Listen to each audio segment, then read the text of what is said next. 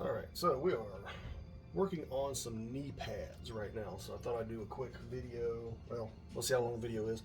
A video on how I'm doing these knee pads. Here's a finished one. I've got the first one here done. So I'm making a set like this. Open back, kind of trace style knee pads. And again, this is just how I do mine. This is the pattern and way I do mine. But that's what we're making. We're making the second one.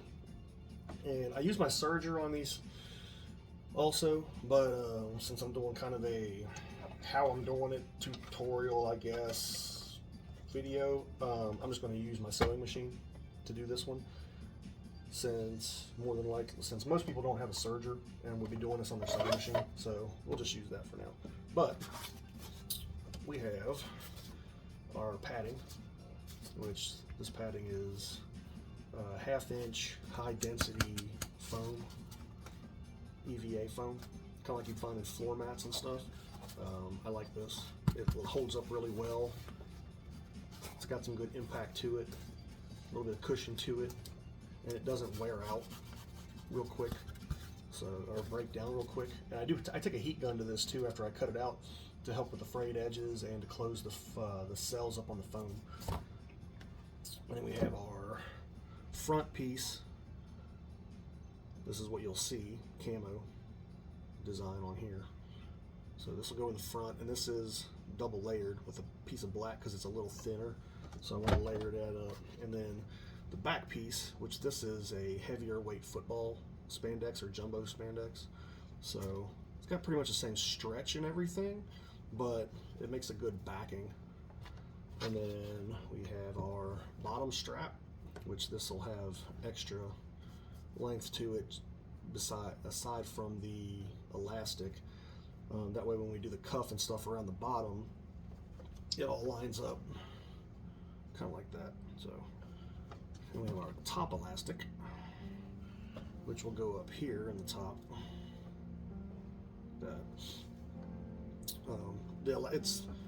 I've got an 1.5 inch elastic. I just wrapped it with the same spandex that I'm using for the project. Let me light a little closer. Same camo, and then stitched it along the edges to make it nice and secure. It's got some good stretch to it. The padding I use is, most of them are roughly 8 inches or so wide, so because that's a typical pad width. And then if I have to adjust for the knee circumference or leg circumference, I just do that with the elastic. It works out pretty good. And then we have a piece here for our cuff at the bottom. This little cuff here at the bottom. And you can see what I'm talking about with the bottom piece here, where this bottom part has some extra material to it, so that way when we come down this and put this cuff on, we have that extra material there to stitch it to. I did one the other day, and for some reason, I don't know why, I put both pieces of elastic top and bottom like this, and then I looked at it and I was like, wait, I can't do my cuff that way, so I had to take it back off. It happens. So sewing these, like I said, we'll do them on the sewing machine. I gotta make sure my stuff didn't move here. I always do the top stitch first. The stitch on the very top up here of the pad. And the reason I do that is because when you go to put your elastic on the inside, if you were to put your elastic at the very top, you couldn't close this off and flip it inside out. It would be all bunchy and bulky and weird. So you have to give that little seam allowance up in there. I learned that one the hard way. So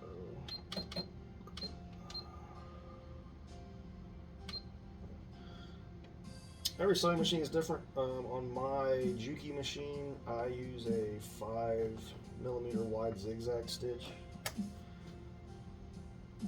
a 5 on the width, and I use a 2.5 on the length, and that seems to work pretty good for most of my stuff. Yeah, normally I would do these on the Serger and just knock them out that way, but You can do on a sewing machine just the same. Some sewing machines have a finishing stitch too, almost like a chain stitch that you find on a Serger. You could use that too, like an overlap stitch. If you're not used to doing these, I would say pin them down too. Use pins or clips.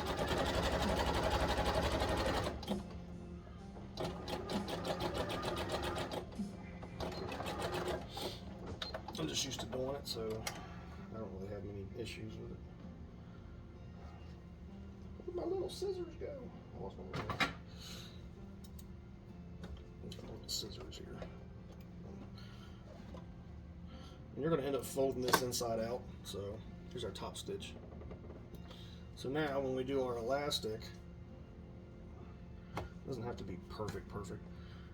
I want this black stitching to show because there's black stitching in the trunks that go with this. So this black stitching here, I want on the outside. So I'm going to put this, the stitching I want to show, I'm going to put facing my base material so that way they're together. That way when I flip it inside out, I don't have any, they match up. So, now I would suggest pinning this and put a little bit of overhang. A little bit of overhang doesn't hurt. That way you know you got your elastic stitched in there, and you can always trim that off. You can use pins or you can use sewing clips like these. I love these little sewing clips, they work really good too. So either one works. The pins you can sew over top of. These particular sewing clips you can't. I do find that the pins work really good with the knee pads because you have to put some stretch to stuff. So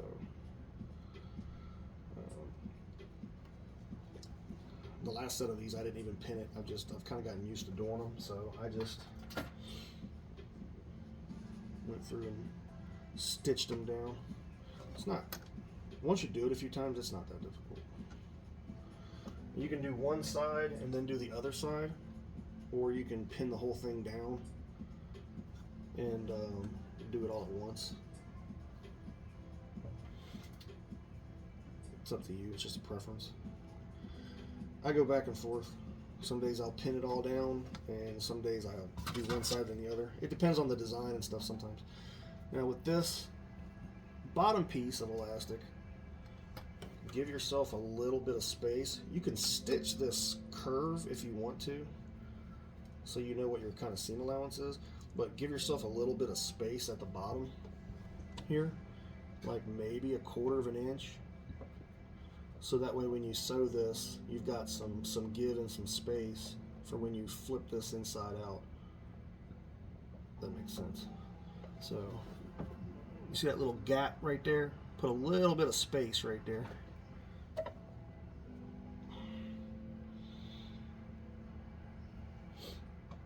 That way when you stitch this, you're giving yourself some leeway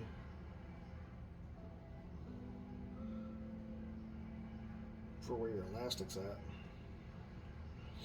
and it won't be all bunched up. Because if you stitch that elastic into a corner, when you go to flip it inside out, it's gonna not have the space it needs to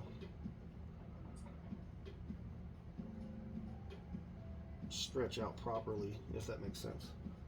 It'll be bunched up. It'll be bunched up. You can still use it, it'll still be fine. It's not a huge thing, especially if you're just making them for yourself, and a normal person probably wouldn't even notice it for the most part, but it does make the fit better. And if you're OCD about details like I am, you don't want it looking bunched up. And if you're making them for somebody else, you also don't want them, your quality being bleh. Can't have bleh quality. Okay, so we got that. The thing when doing both sides, depending on the size of your elastic and everything, it's going to bow a bit. So that makes it a little more difficult. My hand's been a little shaky here lately too, so my blood pressure's been a little weird. Gotta take better care of myself. So we got that. And don't forget, give yourself a little gap here. I sew over top of my pins a lot of times. Be careful doing that, because if they break, it sucks. But smack your needle, break your needle. Which I need to change this needle out soon anyway. I've been using it for a minute. It's still working good though, and not skipping stitches or anything, so I'm not worried too much about it.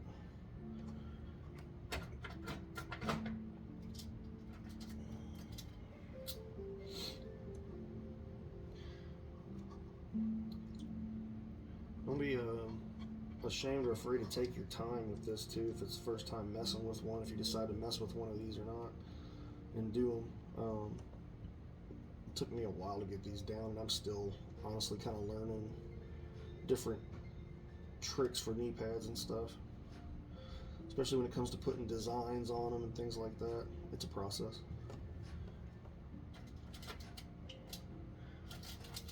Just don't let it intimidate you. My thought was, if I can make kick pads and they're way more complex than these, then I can make these.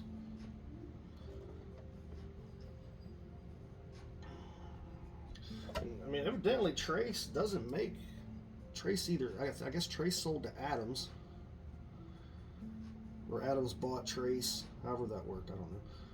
So you have to go through them to get this style of knee pad, and they don't seem like they're as good as they used to be. They're hard to find, the actual Trace knee pads. I'll put a pin in the bottom of this too, sometimes just for stability. Okay, so we got everything pinned down. We got our top stitch done, we got everything pinned down. Boom. Now, all we're going to do, and you can do this however you want, as far as where you start at. I'm just going to start. You can do one side, then do the other, or you can start at the bottom of one side, go all the way around. I'm just going to go all the way around. That way I'm reinforcing that top stitch again, since I didn't run it through my serger. And I do about a 1/4 inch seam allowance on mine. So a 1/4 inch from the edge of the fabric, which for me is right along the edge of my presser foot. So it works out pretty good. You can give it a little tension and pull at it. Pull your pins as you go. Now when I get to my elastic, I'll go back and forth a time to really make sure the elastic's in there good. And then when you get to these corners, just kind of give you a little pivot. I like to do the same with my corners too. I like to go back and forth at the corners a little bit, because sometimes as you're coming around a corner, the stitch will jump a little bit. So there's that.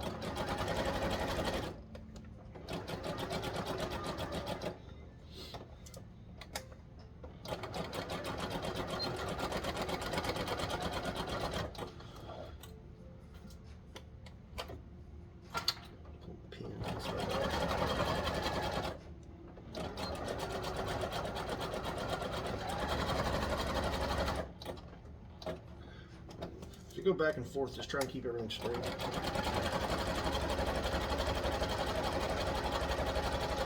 If you stitch this top part again, just try to make sure you don't stitch your elastic down into your fabric. Otherwise, when you go to flip it inside out, it'll be stuck and you can't flip it. And you'll have to pop that seam. Pop that seam.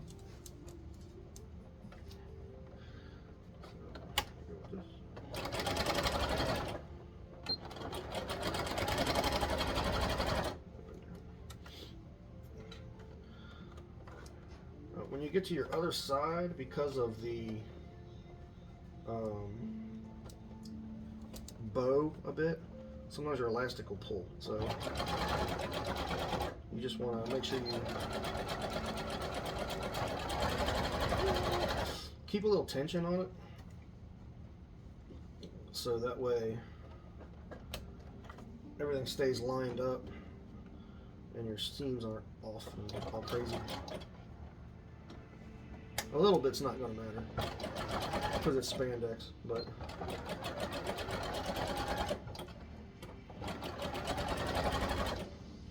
your fabric will start to walk on you a little bit with that bow if you're not careful. So just give a little tension to it. Just hold it in place. Yeah, pin it down. So don't move.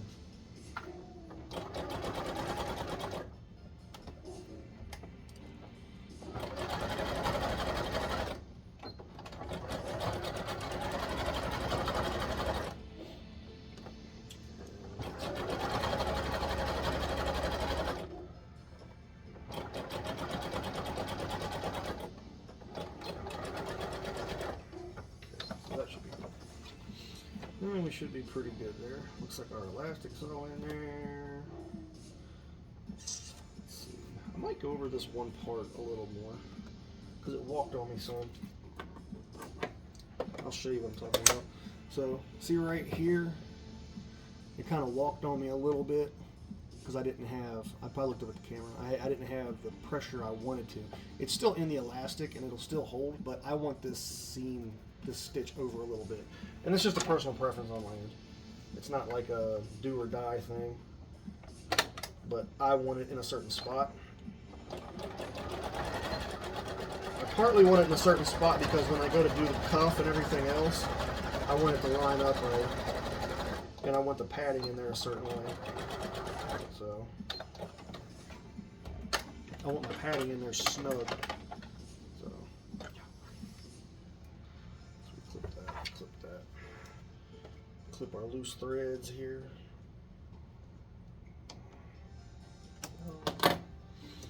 Pull our pins out, everything else looks fine.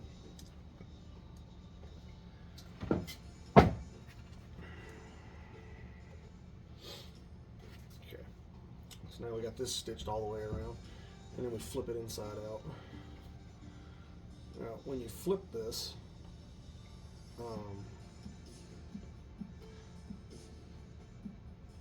you want to flip it. You're gonna have to quick, like kind of two pockets. So you want to flip it where the pocket with the elastic is, so that way you have everything in the right spot. Because if you flip it the other way, don't grab your liner and flip it from your liner. Won't mess much up, but it's annoying that way. So okay, so now we got.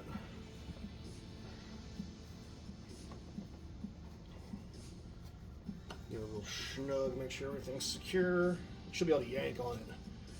Pull out your elastic, get everything squared out, and your seams all flattened out and filled.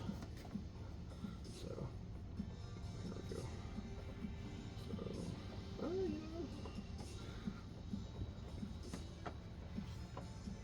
so we got that. There we go. Now that's a part one. We'll leave that one at that one, and then we'll do the padding and stuff in the next video. So that's how we stitch this down, and then we'll put our padding in. So I'll do another video on that one.